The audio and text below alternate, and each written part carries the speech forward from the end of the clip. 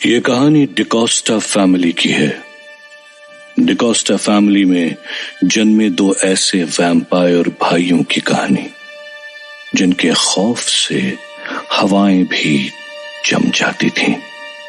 वैसे वो दोनों भाई हमेशा से वैम्पायर्स नहीं थे, पर हां, उनमें से बड़ा लगभग 12-13 साल का साइरस कुछ अलग था, कुछ बहुत ही अजीब सा। उसे कब क्या पसंद आता था, कब क्या नहीं, ये बस वही जानता था। यहां तक कि उसने अपने इसी पागलपन में अपने छोटे भाई डैनियल तक को जान से मार डालने की कोशिश की। इस तक ये सच का मुंह ही दबा देता हूं, अंदर ही अंदर दब दब के मर जाएगा ये। और इसकी चीखें भी मेरे कानों को परेशान नहीं करेंगी।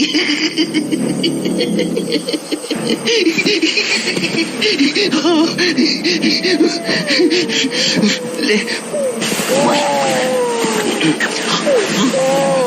मर मर, शांत हो जाओ हमेशा के लिए। तेरे जाने के बाद ना मुझे माँ बेइज्जत करेगी और न तेरे रोने की आवाज मेरे कानों में पड़ेगी। मर मर मर मर जा, मर मर जा, मर जा, मर मर।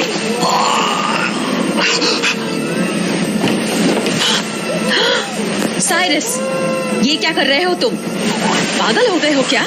नहीं, और नो, भाग साइरस, भाग।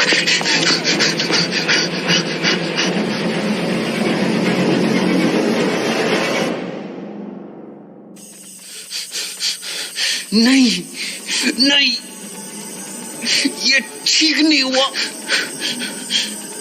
लोग मुझे मेरा काम शांति से क्यों नहीं करने देते? क्यों? जब मैं उस चूहे को सबक सिखा रहा था तो माँ ने टोक दिया, और अब जब मेरे प्यारे भाई डैनी की बारी थी तो उस नैनी ने आके सारा खेल बिगाड़ दिया। ये ठीक नहीं किया उस नैनी ने। ये मेरा और डैनी का मामला था। उस नैनी को किसने बोला बीच में आने को? नहीं, ये गलत हो गया, बहुत ही गलत। ये नैनी अगर अपने काम से काम रखती ना तो मुझे उस रोतड़ू डैनी से छुटकारा मिल जाता। नहीं, ये ठीक नहीं हुआ। नहीं नहीं नहीं, गलती मेरी भी तो है यार। मैंने ही तो कुंडी नहीं लगाई थी दरवाजे में। अगर मैंने कुंडी लगा दी होती तो वो नैनी शैनी अंदर कैसे आ पाती? हाँ, ये तो मेरी गलती है। साला मैं कितना बेवकूफ हूँ यार। सारा का सारा खेल बिगाड़ दिया मैंने। पर वो कमरा तो मेरा था ना। फिर वो नैनी क्यों आई वहां? मेरा कमरा, मैं चाहे कुंडी लगाऊं कि नहीं लगाऊं, मेरी मर्जी। गलती असल में उसी की है। उसे आना ही नहीं चाहिए था मेरे कमरे में। मतलब सारी की सारी गलती उस नैनी की है।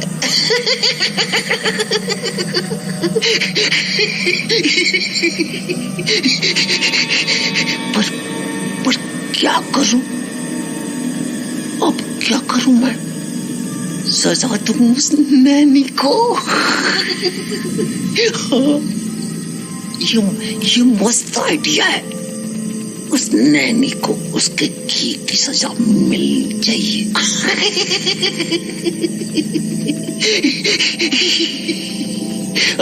अभी जाके उसकी जुबान काट देता हूँ। बहुत चलती है ना उस नैनी की जुबान। मुझ पे चिल्लाती है, साइरस पे चिल्लाती है। अभी मजा चखाता हूँ उस नैनी शैनी के बच्ची को। तो जहां एक और साइरस के दिमाग में एक बार फिर से खौफनाक ख्याल आने लगे थे, वहीं दूसरी ओर नैनी डैनियल यानी डैनी की मां को बता चुकी थी कि अभी अभी साइरस क्या करने की कोशिश कर रहा था। तो जैसे ही साइरस लौट के घर पहुंचा, उसकी मां उस पर बरस पड़ी। साइरस, साइरस, तू आया नहीं घर? कहाँ है तू? सामने आ मेरे, चल सामने आ। क्या हुआ माँ? ऐसे क्यों चिल्लाए जा रही हो फालतू में? फालतू में? पागल हो गया है क्या? क्या कर रहा था तू डैनी के साथ? होश में तो है तू?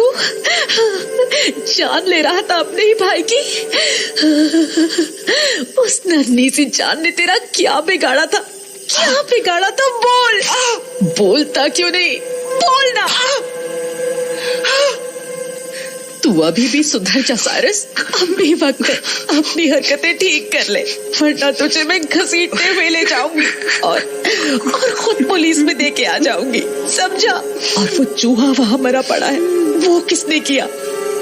मैंने तू एकदम से पागल हो गया है क्या? ये क्या जल्लाद पैदा कर दिया है मैंने? एक दिन अपनी माँ को मार डालेगा, हैवान कहीं का। किसी की जान लेके ठंडक पड़ती है तेरे कलेजे को। तुझे तो मैं आज। बस मेम साहब, बस आप संभालिए खुद को, आपकी तबीयत बिगड़ जाएगी। और मुझे लगता है साइरस को समझ आ गई होगी अपनी गलती, वो दोबारा ऐसा नहीं करेगा। नहीं करेगा। आज तू नहीं पहुंची होती तो ना जाने क्या हो गया होता। राक्षस को जन्म दे दिया है मैंने, इससे तो अच्छा था कि ये कभी पैदा ही नहीं हुआ होता। मेम साहब बस, आप शांत हो जाइए। आइए, मैं आपको आपके बिस्तर तक ले चलती हूँ, आपको आराम की जरूरत है। चलिए आइए।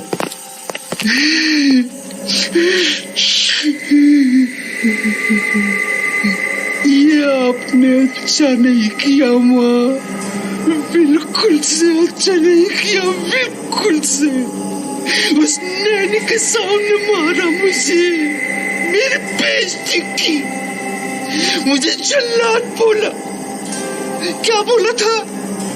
कि मैं पैदा ही नहीं हुआ होता तो अच्छा था। क्यों बोला ऐसा?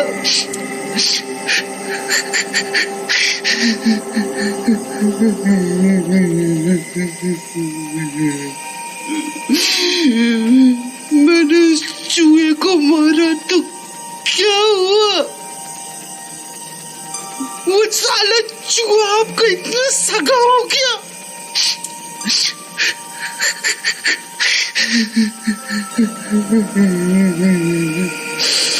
ये आपने अच्छा नहीं किया माँ, बिल्कुल से अच्छा नहीं किया। मैं ये बात कभी नहीं भूलूंगा, कभी नहीं भूलूंगा। पर उससे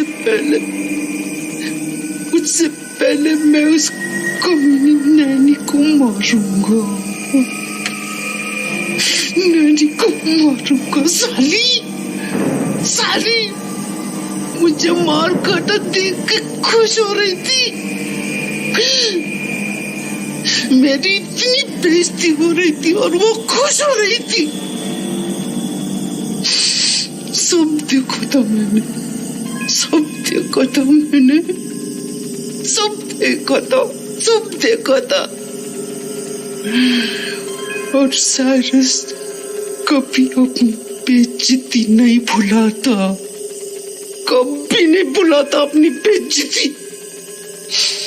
वो बदला लेता है। तुझे तो नहीं छोड़ूंगा, बिल्कुल से नहीं छोड़ूंगा, बिल्कुल से नहीं।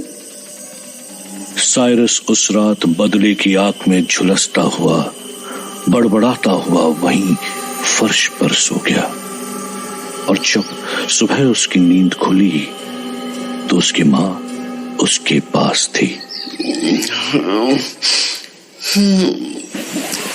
अरे अरे माँ, मुझे माफ कर देना बेटा, मैंने कल गुस्से में तुझे पता नहीं क्या क्या बोल दिया, तेरी एक सुनी भी नहीं, और उस नानी की बातों पर यकीन करके बस तुझे मारती ही गई। अपनी माँ को माफ कर दे बेटा। अरे माँ, आप ऐसे माफी क्यों मांग रही हो?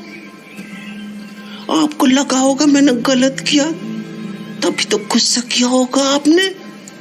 पर बेटा, क्या सच में ऐसा हुआ था? क्या सच में तू डैनी को तकिए से? ये बोलना बेटा। ये क्या बोल रही हूँ माँ? मैं ऐसा कैसे कर सकता हूँ? डैनी भाई है मेरा। मैं तो उसके सर के नीचे तकिया लगा रहा था, फिर पता नहीं नैनी ने ऐसा क्यों बोला। मुझे पता था बेटा, मुझे पता था तू कभी भी ऐसा नहीं कर सकता। जाने उसने मुझसे ऐसा क्यों बोला। शायद उसे देखने में गलती हुई होगी, पर फिर भी इतना बड़ा इल्जाम। मुझे उससे बात करनी होगी। माँ, रहने दो ना, वो भी तो अपना काम ही तो कर रही थी ना। डैनी हम सबका प्यारा है, जाने दो, अब भूल जाओ। हाँ, शायद तू कहता है तो ठीक ही है, जाने देती हूँ। भगवान तेरे जैसा समझदार बेटा सबको दे। अब चल, उठ जा, तेरे लिए अच्छा सा नाश्ता बना देते हूँ। जी माँ, आप जाओ, मैं मुंह धो के आता हूँ। अरे वाह, मेरा काम तो और आसान हो गया। उस नैनी से मुझे सीधे भिड़ने की जरूरत ही नहीं है। वो काम अब माँ करेगी।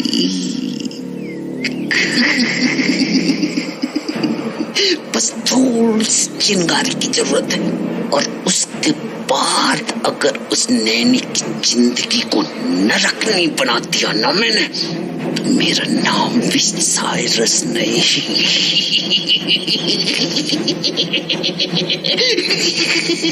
मेरा नाम भी साइरस नहीं है।